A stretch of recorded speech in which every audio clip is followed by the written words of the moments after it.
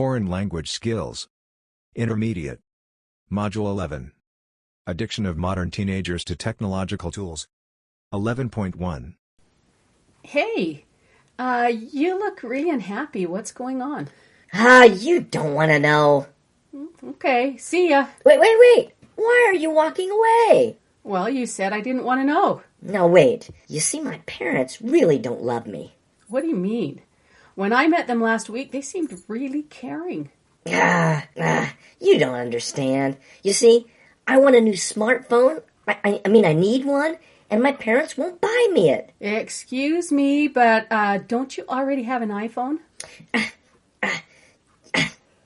Man, yeah, but it's 3 months old, and it has a small scratch on it. Where? Let me see. Let me see. Look. I don't see a scratch. Look right here. You see it? It's just a speck of dust. Anyway, and my other phone... What? You have two phones? That's beside the point. So did your parents give you a reason for not buying you a new phone? Not a good one. Only something about being self-reliant and not being so entitled or something like that. And now they want me to work on the neighbor's farm to pay for it. Good idea. It's not fair. Hey, I think I know the problem. What? Take a look in the mirror. You'll see both the problem and the solution. You're no help. 11.2. Dad, can I have some money to buy a Game Boy? Game Boy? Oh, those are too expensive. No, they aren't. They're just $25. I've gotten $42 before, but Mom didn't let me buy one. Well, let's look. Let's think of some ways so that, well, maybe we can come up with some ways that you can earn money. Let's see, allowance. Okay, well, allowance. So how much money can you make a week with allowance? What did Mom tell you? She said that if you get your work done on time, you can get $1.25. Okay, so if you get your work done, you get $1.25. Okay, and what are some other ways that you can earn a little bit more money? Let's see. I could work for people. Okay, well, maybe you can come up with some odd jobs. What are a couple of things that you could do to earn some money, maybe around here in the neighborhood? What about opening up a lemonade stand? I can try that. That'll be fun. Okay, what else could you do? Most of the kids on our block like candy, so I can start one of those. Okay, so maybe selling some candy. Yeah. And what else? I could, take out the trash every day. Well, I think you have some ideas. So I guess if you stay long enough, you'll be able to earn enough money to buy something you want. Sound good? Like a Game Boy? Something you need, let's say. 11.3. Leaving a tip in a restaurant or taxi is a part of life in many countries. Usually, we give a tip to a waiter or to a member of staff in a hotel.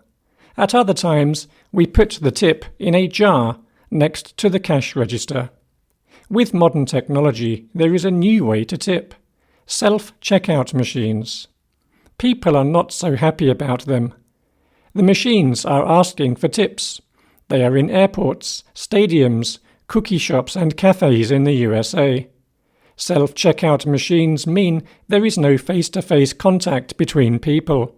However, many of these machines are asking customers to leave a 20% tip. Customers say they are not so happy about leaving a tip and giving extra money to a machine. The Wall Street Journal reported that many people in the USA are becoming tired of tipping because of the self-checkout machines. Reporters wrote that many people are experiencing tipping fatigue. Nearly 20% of Americans are now leaving tips for things they never used to leave tips for. They are even tipping when buying a bottle of water. This was because there are more digital payment machines. A customer at an airport store said a prompt on a self-checkout machine was like emotional blackmail. The payments company Square reported that the machines are increasing the number of tips. It said Americans are leaving 15% more tips than before. 11.4. Company makes smartphone you can repair yourself. This is breakingnewsenglish.com. Most of us have felt the exasperation of feeling helpless when our smartphone breaks. Phone manufacturers seem to go to extraordinary lengths to deter consumers from opening the back of their phones to try DIY repairs. Help is at hand. Fairphone is a new company that has produced a self-repairable mobile phone. The founder is Bas van Abel, a Dutch design engineer who set out to make the world's first ethical smartphone. He started his company in 2013 with 4 basic principles. First, he wanted to use raw materials from non-conflict mining areas. He also wanted to make a product that was recyclable, durable and repairable. The new Fairphone embodies these aims. The Fairphone website outlines the philosophy that underpins the company. It says its mission is to motivate a massive industry to take responsibility for its impact on the world by establishing a viable market for ethical electronics. It highlights the fact that many workers who produce technology are working in unacceptable conditions. It also points out the staggering amount of waste the electronics industry generates. Finally, it says, communication technology is on track to account for 14% of the world's greenhouse gas emissions by 2040. The Fairphone comes with a screwdriver and is easily repairable. The plastic used is 40% recycled and the minerals are ethically sourced. 11.5. During the 1980s and 1990s, personal computers became very widespread. The use of the computer has changed people's lifestyles in several ways. Before 1980, hardly anyone owned a computer. Only governments and large companies had computers. But throughout the 1980s and 1990s, computers became much cheaper, faster, and smaller, and they held much more memory. More and more people were able to afford to buy a computer. By the year 2000, computers had become very common. For many people, the personal computer is used mainly for performing calculations and for word processing. For example, people can calculate their finances on the computer. They can also use the computer to type their written documents, such as essays or letters. Many people enjoy playing games on their computers. Some people like to play chess or checkers on their computer. Other people prefer games that require fast reflexes and fine coordination. Computer games were very simple during the early days of the 1980s. Today's computer games show detailed images and sounds. Another very popular use of computers involves communication. Many people keep in touch with their friends and relatives by using electronic mail or email. Email allows people to send letters instantly to people far away. It is even possible to attach pictures to one's email messages. Many people also like to use their computer to gain information on the Internet.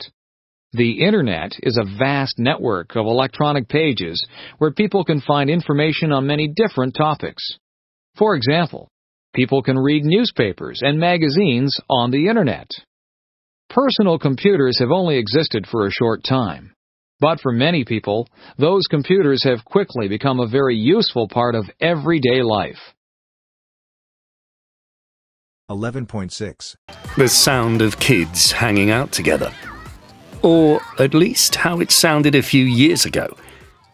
Nowadays, a group of, well, just about anyone, kids, teens, tweens, their parents, might sound a lot more like this. Most of us spend hours a day with our heads bent over our smartphones. Research suggests teenagers spend as many as 9 hours a day, while preteens spend up to 6. I don't know, it's like the first thing I do in the morning, check in and see who's posted anything overnight. It's my alarm clock, so I kind of have to look at it, and then, it's pretty hard not to scroll through. And it's not just teenagers and millennials. Generation X and even the baby boomers are almost as bad. I'm online most of the day for work, and you'd think I'd be sick of screens by the time I get home, but most of my news comes through Facebook. And I'm really into food, so I'll hold my hands up to being one of those people who post photos of their meals. But are we addicted to our phones and apps? And does it matter? Former Google and Facebook employees certainly think so. So they've set up a non-profit organisation, the Centre for Humane Technology, to reverse the digital attention crisis and promote safe technology for children. Anyone who's seen queues round the block for the latest iPhone has to wonder what these people are thinking. You've literally got people sleeping in the street to get the newest device. Probably not even talking to anyone else in the queue because they're on social media, taking selfies in the queue to post to Instagram. If that's not addiction, it's certainly obsession. A more formal definition of addiction describes it as a repeated involvement with an activity, despite the harm it causes. Someone with an addiction has cravings. That feeling that you haven't checked your phone for 2 minutes and can't relax until you get your hands on it again. They may have a lack of self-control and not realize their behavior is causing problems, like texting while cycling or falling off a cliff taking a selfie. And in case you're wondering, I read about both of those via the news app on my phone, which updates every couple of minutes with the latest stories. Definitely addicted. So the Truth About Tech campaign by Common Sense Media and the Centre for Humane Technology couldn't come fast enough for most of us. But it's children who are probably most at risk because of the effect tech addiction might be having on their brain development. Professor Mary Michaels of the Atlanta Future Tech Institute has been working with very young children. Mary, thanks for dropping by. What is your research telling us? Well, we know that screen time is affecting key aspects of healthy child development, like sleep, healthy eating, and what psychologists call serve and return moments, which are when parents respond to babies seeking assurance and connection by making eye contact, smiling or talking. All perfectly normal things we do and which help lay the foundations of babies' brains. It's much harder to engage with a baby normally if you're looking at your phone. Or even worse, if parents give a crying child a phone to distract them instead of talking to them or hugging them, and that might lead to them failing to develop their ability to regulate their own emotions. And what about older children? Again, we know that teenagers who spend a lot of time on social media are 56% more likely to report being unhappy and 27% more likely to suffer depression. 11.7. Did you know that Britain is a world leader when it comes to innovation? Some of the world's fastest cars, cleverest gadgets, and even the technology inside this phone are made here. Britain is full of new ideas and cutting-edge technology, and I'm hoping to see some of it. The British love gadgets, and when it comes to innovators, James Dyson is world-class. He invented the bagless vacuum cleaner, and this is his headquarters, where all the magic happens. It took 5 years, over 5,000 prototypes, and a lot of hard work and imagination to design Dyson's bagless vacuum cleaner. Tom Crawford is a senior engineer. How do Dyson push the boundaries of innovation and technology? Well, we employ over 650 engineers and scientists to look at every aspect of our machine. We develop our own motors, we have microbiologists, fluid experts, noise experts, to really optimize every aspect of the performance of these machines.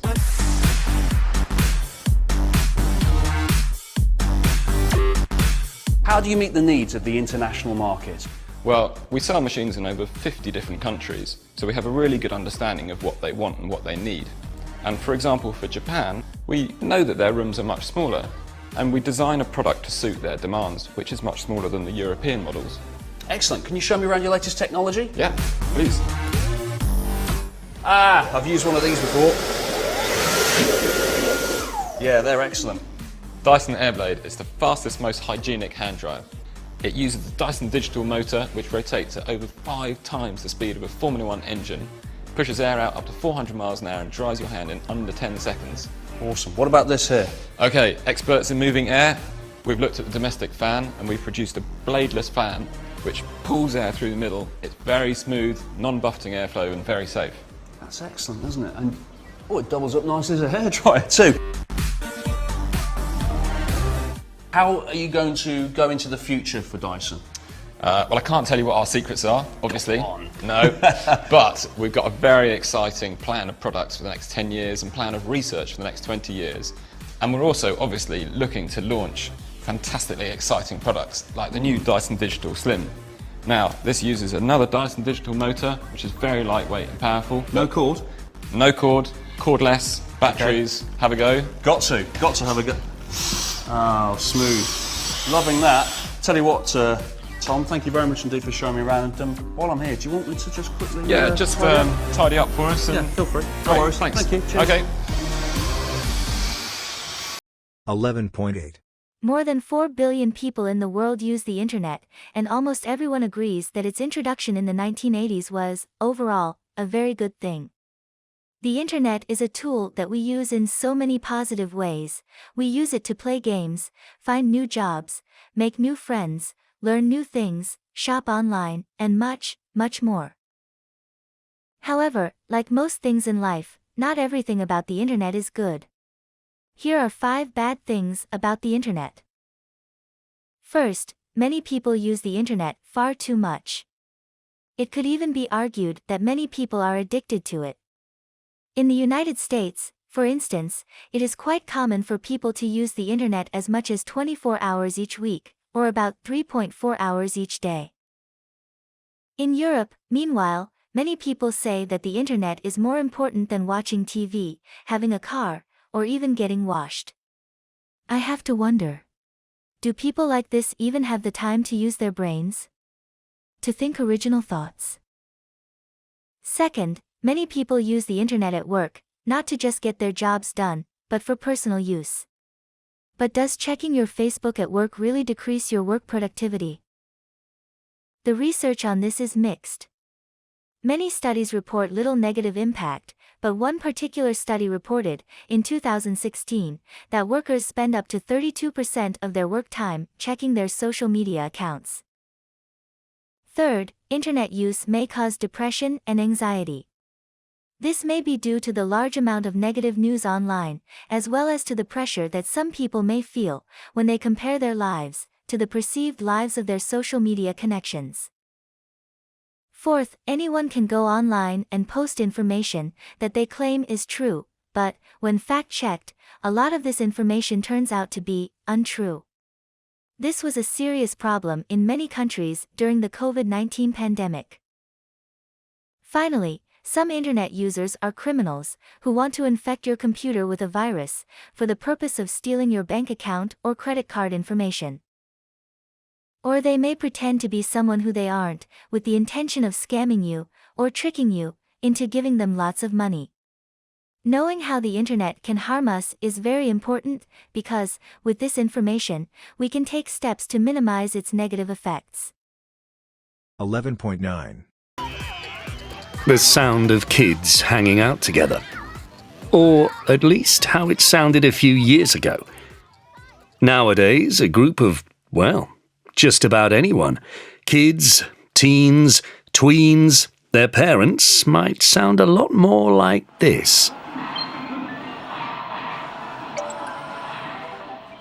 Most of us spend hours a day with our heads bent over our smartphones. Research suggests teenagers spend as many as 9 hours a day, while preteens spend up to 6. I don't know, it's like the first thing I do in the morning, check in and see who's posted anything overnight. It's my alarm clock, so I kind of have to look at it, and then, it's pretty hard not to scroll through. And it's not just teenagers and millennials. Generation X and even the baby boomers are almost as bad. I'm online most of the day for work, and you'd think I'd be sick of screens by the time I get home, but most of my news comes through Facebook. And I'm really into food, so I'll hold my hands up to being one of those people who post photos of their meals. But are we addicted to our phones and apps? And does it matter? Former Google and Facebook employees certainly think so. So they've set up a non-profit organisation, the Centre for Humane Technology, to reverse the digital attention crisis and promote safe technology for children. Anyone who's seen queues round the block for the latest iPhone has to wonder what these people are thinking. You've literally got people sleeping in the street to get the newest device. Probably not even talking to anyone else in the queue because they're on social media, taking selfies in the queue to post to Instagram. If that's not addiction, it's certainly obsession. A more formal definition of addiction describes it as a repeated involvement with an activity, despite the harm it causes. Someone with an addiction has cravings, that feeling that you haven't checked your phone for 2 minutes and can't relax until you get your hands on it again. They may have a lack of self-control and not realize their behavior is causing problems, like texting while cycling or falling off a cliff taking a selfie. And in case you're wondering, I read about both of those via the news app on my phone, which updates every couple of minutes with the latest stories. Definitely addicted. So the Truth About Tech campaign by Common Sense Media and the Centre for Humane Technology couldn't come fast enough for most of us. But it's children who are probably most at risk because of the effect tech addiction might be having on their brain development. Professor Mary Michaels of the Atlanta Future Tech Institute has been working with very young children. Mary, thanks for dropping by. What is your research telling us? Well, we know that screen time is affecting key aspects of healthy child development, like sleep, healthy eating, and what psychologists call serve and return moments, which are when parents respond to babies seeking assurance and connection by making eye contact, smiling or talking. All perfectly normal things we do and which help lay the foundations of babies' brains. It's much harder to engage with a baby normally if you're looking at your phone. Or even worse, if parents give a crying child a phone to distract them instead of talking to them or hugging them, and that might lead to them failing to develop their ability to regulate their own emotions. And what about older children? Again, we know that teenagers who spend a lot of time on social media are 56% more likely to report being unhappy and 27% more likely to suffer depression. Teenagers are especially vulnerable because they're more sensitive to highs and lows anyway, so we are looking at potentially higher instances of suicide, schizophrenia, anxiety, and addiction in teens, which is exacerbated by dependence on technology. It sounds like a vicious circle. They're more likely to get addicted to smartphones and social media, and that addiction itself makes them candidates for other addictions. Yes, that's right. Time to stage an intervention. Is there anything we can do to make tech less addictive? Setting devices to grayscale, which is basically black and white, might make them less appealing. Scrolling through a news feed of boring, washed-out photos just doesn't create the same rush as bright colours, perhaps. And you can turn off the notifications that are constantly pulling you back in to check your phone. So, is it 11.10. During the 20th century, there were great improvements in engineering technology. These new developments allowed the construction of many amazing tunnels, bridges, towers, and office buildings. For centuries, people had dreamed about the possibility of connecting the island of Great Britain to the mainland of Europe. However, it was only in 1994 that such a link was completed when a tunnel was dug under the English Channel between England and France. The Channel Tunnel, also known as the Channel, actually consists of 3 separate railway tunnels. These tunnels are about 50 kilometers long. They are located about 150 meters below the bottom of the sea. Obviously, this was an extremely challenging project to undertake. As a result of the tunnel, it is now possible to travel between London and Paris by train. And the trip takes only 3 hours, of which only 20 minutes are spent inside the tunnel. A suspension bridge is a bridge that is supported by strong wires that hang from tall towers. The world's longest suspension bridge is the Akashi Kaiko Bridge near the city of Kobe, Japan.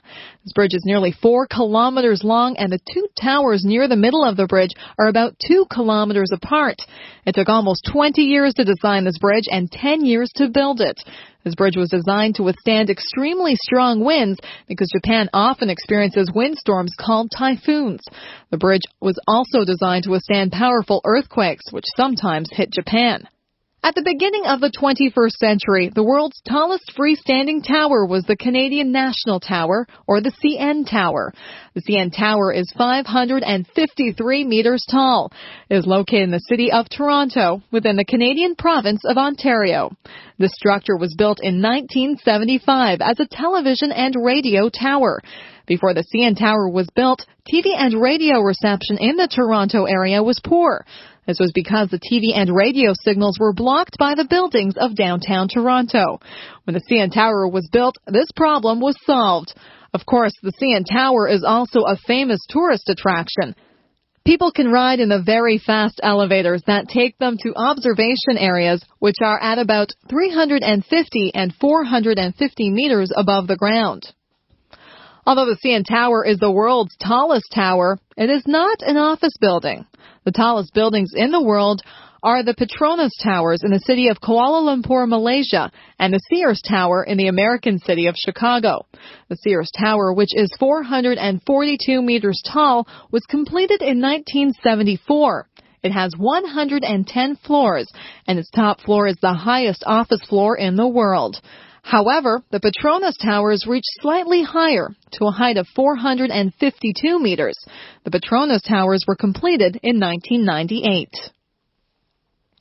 Obviously, the late 20th century witnessed some amazing achievements of engineering. It will be very interesting to see what new wonders will be constructed in the 21st century.